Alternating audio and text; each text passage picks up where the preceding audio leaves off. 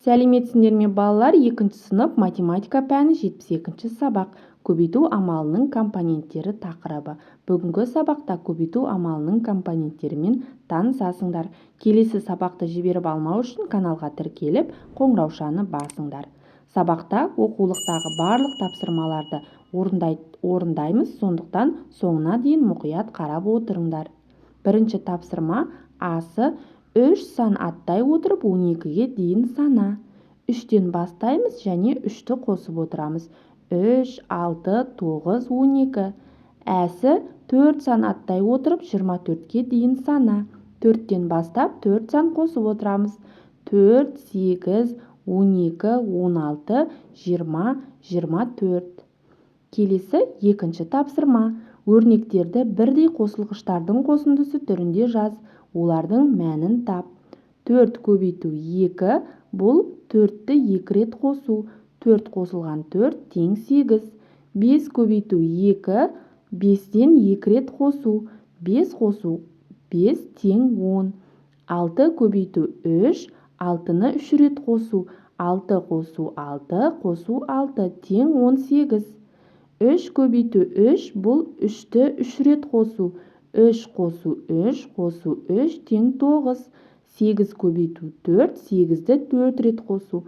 8 қосу 8 қосу 8 қосу 8 тең 32.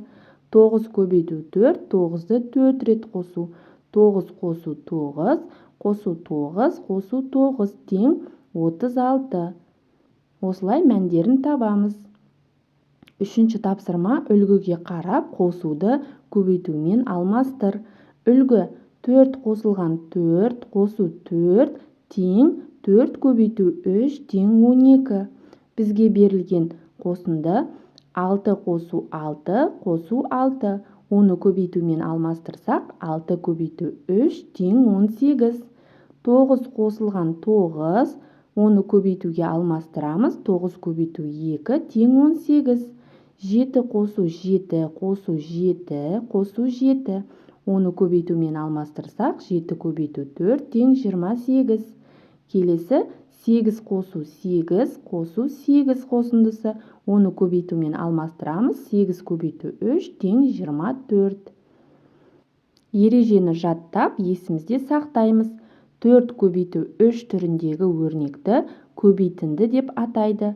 4 және 3 бұл көбейткіштер. 4 көбейту 3 тең 12 бұл теңдік.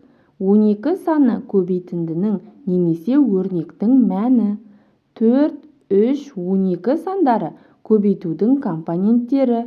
4 көбейту 3 тең 12 теңдігін былай оқиды. 4-тен 3 рет алғанда 12 шығады. 4-ті 3-ке көбейтсе 12 шығады. 4 пен 3-тің көбейтіндісінің мәні 12-ге тең. 4 санын 3 есе арттырса 12 шығады. Балалар, ережені жаттап есте сақтаймыз. 4-ші тапсырма: бірінші көбейткіші 4-ке, ал екінші көбейткіші 5-ке тең көбейтіндіні жаз. Қосу амалының көмегімен оның мәнін тап. 4 көбейту 5 өрнегі шығады. Оны қосу амалымен мәнін табамыз. 4 қосу 4 қосу 4 қосу 4 қосу 4 тең 20. Осылай қосу амалымен жазып мәнін табамыз. Келесі 5-ші тапсырма: суреттерді пайдаланып қосындылар құр.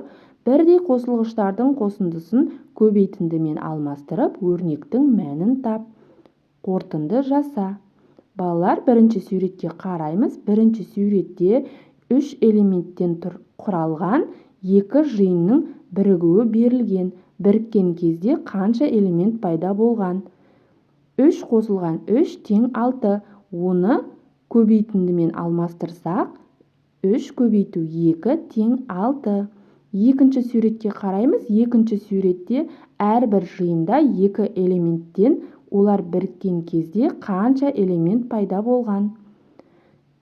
3 жиын 2 қосу 2 қосу 2 тең 6. Оны көбейтінді ретінде жазатын болсақ 2 көбейту 3 тең 6. Бұдан қорытынды: көбейткіштердің орны ауысқанымен көбейтіндінің мәні ауыспайды балалар.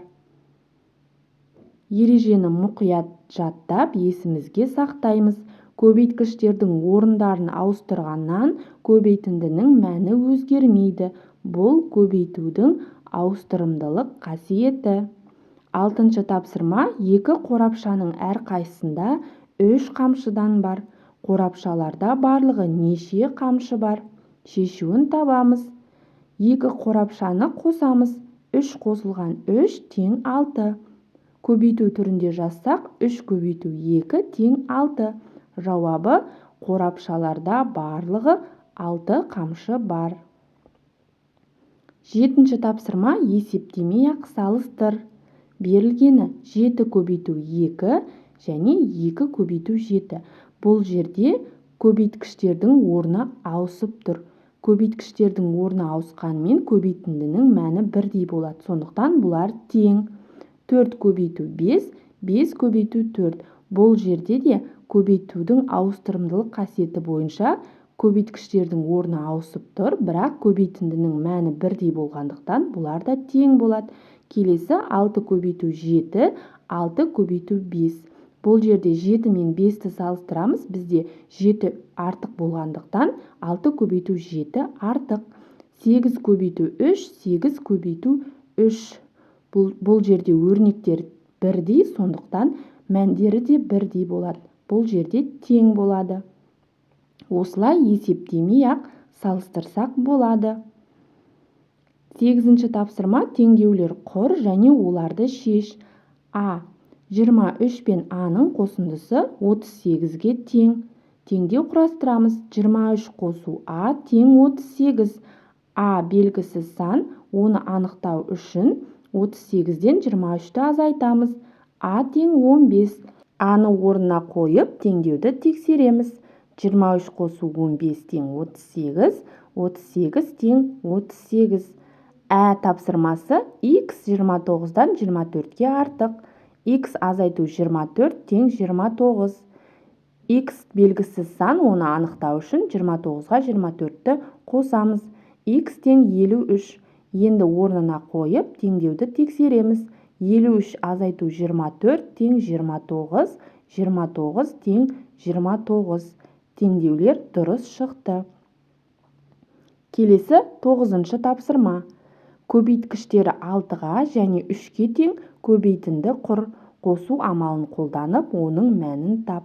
Көбейтіндіні құрып жазамыз, яғни 6 көбейту 3.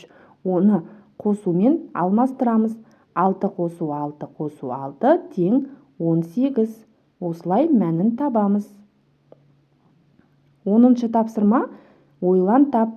Жіпке 5 түйін түйілді. Қатар тұрған әрбір 2 түйіннің арасы 2 сантиметр. Жіптің шеткі түйіндерінің арасы неше сантиметр болады? Шешуі: әрбір түйіннің арасы 2 сантиметр болғандықтан бізде 4 арасы болады. 2-ні 4-ке көбейтсек 8. Жауабы: жіптің шеткі түйіндерінің арасы 8 сантиметр болады.